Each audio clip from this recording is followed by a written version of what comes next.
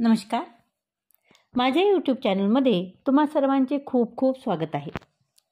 आजच्या व्हिडिओमध्ये आपण पाहणार आहोत पिंजऱ्यातील बाप ही कथा. चला तर मग. प्रत्येक बापाची थोड्याफार फरकाने बहुतेक घरात साधारण हीच परिस्थिती असते. बहुतेक सगळेच बापांना नेहमीच आरोपीच्या पिंजऱ्यात उभे केले जातात आणि त्यांच्यावर विविध कलमाखाली आरोपला ठेवले जातात. घरोघरीच आरोप त्या स्वरूपाचे असतात आणि बहुतेक बापांना हे समजतच नाही की आपण तर अनेक गोष्टी ज्यांच्या कल्याणासाठी आणि हितासाठी करताना आयुष्यभर स्वतःला शिक्षा देत आलो, त्यांनीच का बरं आपल्याला आरोपपत्र ठेवावे? वाढलेल्या वयात मानसिक ताण सहन होत नसतानाही का त्या आरोपासाठी होणाऱ्या उलट तपासणीला सामोरं जावं? तुम्ही आमच्यासाठी काय करून ठेवलं? हा एक सर्वसाधारण आरोप असतो आणि तो सगळ्याच बापांच्या विरुद्ध केला जातो.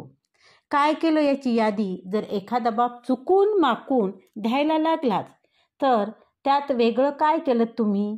ते तर सगळेच बाप करतात ना, असं टोकलं जातं आणि सगळी सफाई देण्यापूर्वीच संपवलंही जातं. तुम्ही आम्हाला प्रोत्साहनच दिलं नाही असा आणखी एक आरोप असतो. प्रोत्साहन द्यायचं म्हणजे काय करायचं नेमकं? मुलाने जसा परफॉर्मन्स दाखवला असेल त्यानुसार त्याने आपलं करिअर निवडलेलं असतं.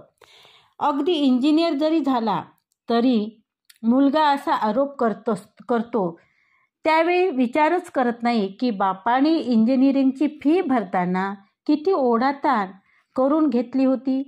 तुम्हाला दूरदृष्टीच नाही. ज्यावेळी घर स्वस्त होती तेव्हा 4 खोल्या आणि कार पार्किंग असलेला ब्लॉक घ्यायला काय हरकत होती? अशा प्रकारचा आणखी एक आरोप असतो. 3 खोल्या घेताना अधिकचे पैसे भरण्यासाठी बापाने काढलेले कर्ज फेडण्यासाठी आणखी एक पार्ट टाइम नोकरी केलेली असते हे मुलगाही विसरतो आणि त्याची आई पण. मुलगा ज्यावेळी बापावर आरोपपत्र ठेवतो त्यावेळी अनेक वेळा मुलांची आई आणि बापाची सहचारणी बापाविरुद्ध साक्षीदार बनलेली पाहायला मिळते. तो काय चुकीचं बोलतो आहे? हे वाक्य बापाच्या आयुष्यावर नापास किंवा पराभूत असा शिक्का मारायला पुरेसं असतं.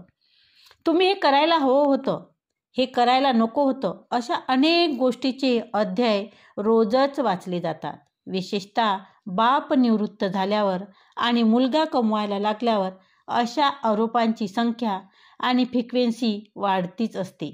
अनेकांना समजतच नाही की आपण सेवेत असताना एक हुशार, गुणवंत कर्मचारी, प्रामाणिक, कष्टाळू माणूस अशा उपाध्या मिळविलेला निवृत्त नंतर खरंच आपण इतके मूर्ख कसे बनलो? जे आपले कर्तव्य आहे असे समजत होतो आणि जे करण्यासाठी आपण आपल्यावरच अन्याय करत होतो ते आपले गुन्हे कसे बनले? याचं सगळ्यात महत्त्वाचं आणि एकमेव कारण म्हणजे आता बापावरचं अवलंबत्व संपलेलं असतं. मुलाचं आणि बायकोचंही. आता तिला तिचा मुलगा आधार द्यायला सिद्ध झालेला असतो. बापाकडे जरी निवृत्ती वेतन असेल, थोडीफार शिल्लकही असली तरी जर त्या वाचून कुणाचं अडणारच नसेल तर बापाची ही अवस्था ठरलेली आहे. आता बापांनी आपण चुकीच्या लोकांसाठी, चुकीच्या कारणासाठी आपले आयुष्य वापरले आहे असा पश्चाताप करायचा नाही. हाल सोसताना, कष्ट करताना, त्याग करताना आपल्याला कर्तव्यपूर्तीचा आनंद मिळत होता ना, तो आठवायचा. जग रहाटी अशीच असणार आहे. प्रत्येक बापाला आरोपीच्या पिंजऱ्यात उभं राहायला लागणारच आहे.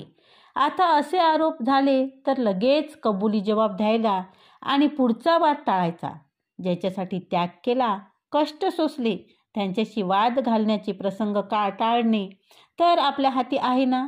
एका त्रयस्थ भूमिकेतून या आरोपाकडे पाहायचं आणि बोध घेत पुढचं आयुष्य आपल्याच धुंदीत, मस्तीत व्यतीत करायचं. सकाळ संध्याकाळ मित्रासमवेत व्यतीत करायचे. त्यांच्याशी समक्ष तर कधी फोनवर गप्पा गोष्टी करायच्या. छोट्या मोठ्या सहलीचा आनंद लुटायचा. प्रयत्न केला पाहिजे, पुस्तके वाचायची, TV मोबाईलवर वेळ घालवायचा, आपले छंद जोपासायचे, नातेवाईकांच्या सुखादुःखात सहभागी व्हायचा प्रयत्न करायचा. नोकरीत असताना हे राहून गेलं होतं. हाच शहाणपणा आहे. शेवटी आपल्या नजरेसमोर एक दिसेल असे लिहून ठेवायचे, चलो ये भी दिन जाएगा, ये तो होना ही था, आणि आपलं आयुष्य जगायचं. धन्यवाद. व्हिडिओ जर आवडला असेल तर व्हिडिओला लाईक करा, कमेंट करा, व्हिडिओ शेअर करा आणि चॅनलवर जर नवीन असाल तर चॅनल सबस्क्राईब करा. धन्यवाद.